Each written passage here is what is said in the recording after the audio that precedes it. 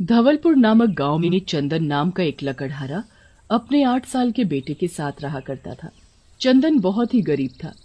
वो दिन भर जंगल में लकड़ियां काटता और शाम होने पर उन लकड़ियों को गांव के बाजार में जाकर बेच आता।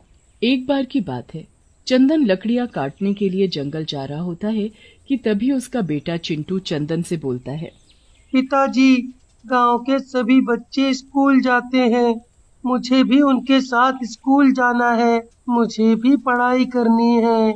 आप मेरा दाखिला भी स्कूल में करा दीजिए ना।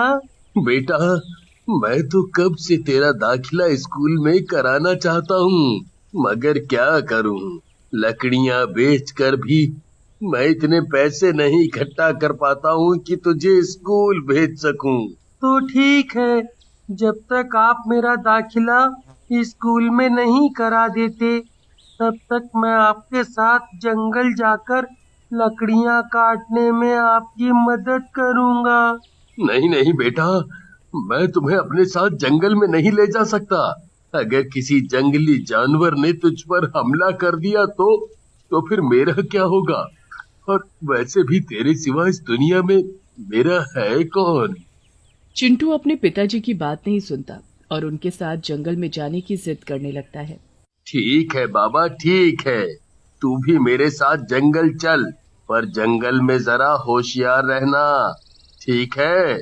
ऐसे बोलकर चंदन अपने बेटे चिंटू को जंगल में अपने साथ ले चलता है और वहां जाकर चंदन लकड़ियां काटने लगता है। चिंटू लकड़ियां इकट्ठा करने में अपने पिताजी की मदद करता है। इस तरह से चिंटू भी रोज अपने पिताजी के साथ जंगल जाया करता और लकड़ियां काटने में उनकी मदद कराया करता। एक दिन जब चंदन जंगल में लकड़ियां काट रहा होता है तो वो अपने बेटे चिंटू से बोलता है, बेटा चिंटू, आज बहुत धूप है, ऐसा करो तुम उस पेड़ के नीचे जाकर बैठ जाओ, मैं भी जल्दी से लकड़ियां काट लेता हूँ। चिंटू सामने वाले पेड़ के नीचे जाकर बैठ जाता है और एक लकड़ी के टुकड़े से मिट्टी में गड्ढा खोदने लगता है। तभी उस गड्ढे में से एक सोने का सिक्का मिलता है, जिसे वो अपने पिताजी को दिखाता है। फिर चंदन उसी गड्ढे को और गहरा करने लगता है तो उसे उसमें से कुछ और सोने के सिक्के मिलते हैं। अरे वाह पिताजी, हमारे तो मजे आ गए। देखो तो ये सोने के सिक्के कैसे चमचमा रहे हैं। फिर चंदन और चिंटू सिक्के लेकर घर आ जाते हैं और उन सिक्कों को बेचकर वो भी अमीर हो जाते हैं। पिताजी, अब तो हम बहुत पैसे वाले हो गए हैं। अब तो आपको जंगल जाकर लकड़ियाँ काटने की भी जरूरत नहीं है। नहीं बेटा, मैं एक लकड़हारा हूँ और मैं लकड़ियां काटना नहीं छोड़ सकता। ऐसे बोलकर चंदन और चिंटू दोनों लकड़ियां काटने जंगल जाते हैं। तभी चंदन का बड़ा भाई मोहन और उसकी पत्नी नेहा चंदन के घर आते हैं और चंदन के घर को देखकर उन दोनों की आंखें फटी की फटी रह जाती हैं। अजी, ये चंदन रातों रात इतना पैसे वाला कैसे हो गया? एक दिन था इसके घर में खाने के भी लाले पड़े हुए थे और आज देखो तो जरा, इसके घर की तो रूपरेखा ही बदल गई।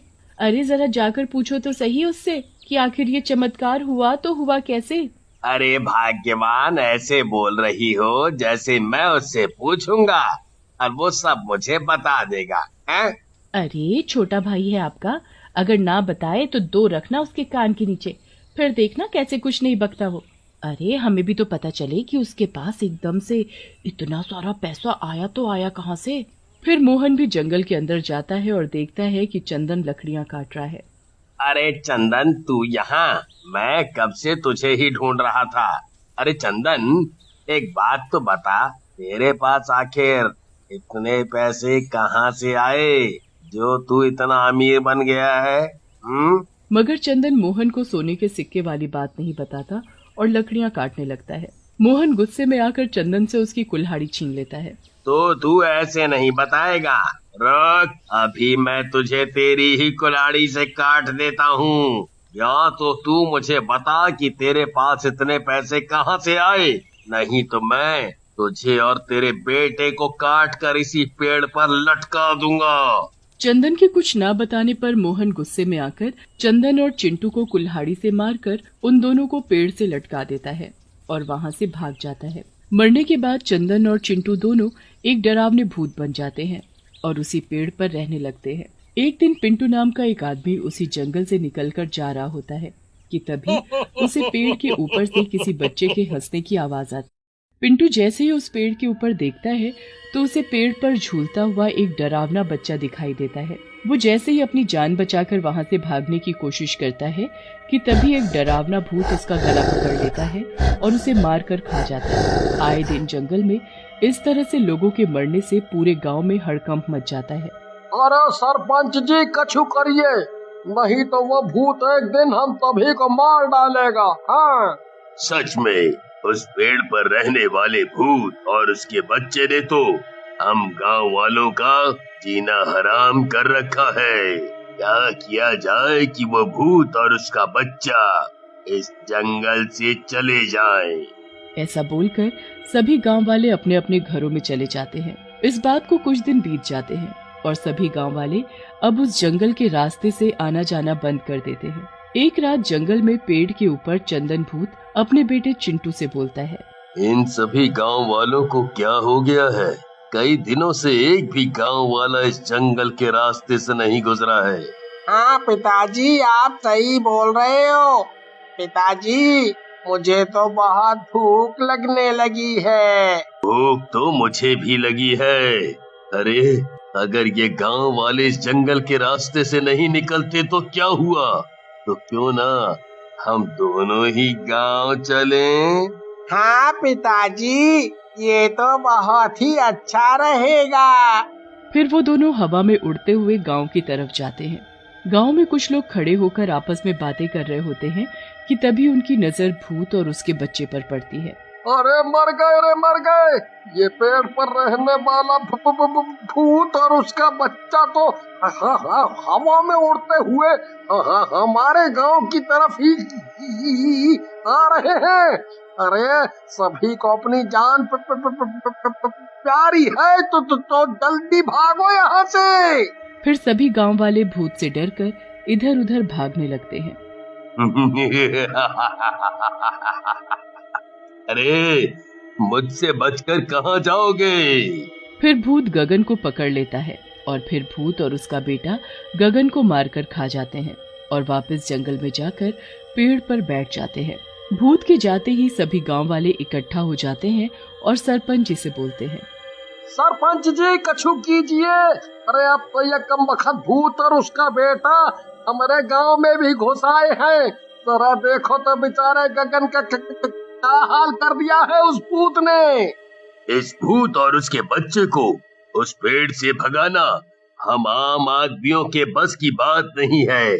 मैं एक तांत्रिक बाबा को जानता हूँ, अब तो वही हमारी मदद कर सकते हैं। फिर सरपंच जी तांत्रिक बाबा को बुलवाते हैं और उन्हें सारी बात बताते हैं। फिर सरपंच जी गांव के कुछ लोगों को और तांत्रिक बाबा को जंगल के अंदर ले जाते हैं। यही है वो पेड़ जिस पर भूत और उसका बच्चा रहता है। तांत्रिक बाबा मंत्रों की ताकत से भूत और उसके बच्चे को बुलाता है। अच्छा, वो ही है वो भूत जिसने गांव वालों का जीना हराम कर रखा है। फिर तांत्रिक बाबा मंत्र पढ़ना शुरू करते हैं और अपने झोले से भभूत निकालकर भूत पर फेंकते हैं। अरे ओ तांत्रिक, ये क्या कर रहा है तू? लगता है तुझे अपनी जान प्यारी नहीं है, जो तू यहाँ मरने के लिए चला आया है। सीधे तरीके से इस पेड़ को छोड़कर यहाँ से दूर कहीं और चला जा, नहीं तो अच्छा नहीं होगा तेरे लिए। नहीं तो मैं तुझे इस भभूत से अभी के अभी भस्म कर दूंगा। नहीं नहीं, हमें भस्म मत करना, हम इस पेड़ को छोड़कर कहीं नहीं जा सकते। मगर क्यों नहीं जा सकते?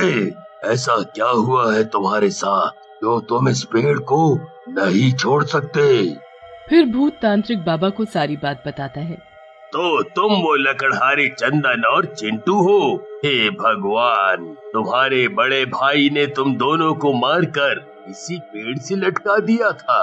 ये तो बहुत ही बुरा किया उसने तुम दोनों के साथ। मैं तुमसे वादा करता हूँ कि मैं उस मोहन को फांसी की सजा जरूर दिलाऊंगा। फिर उसी दिन सरपंच जी मोहन को उसके घर से पकड़कर ले आते हैं और मोहन को अपने भाई और उसके बेटे को मारने के जुर्म में फांसी दे देते हैं। भूत भी अपने किए वादे के अनुसार उस पेड़ को हमेशा हमेशा के लिए छोड़कर अपने बेटे के साथ कहीं दूर चला जाता है।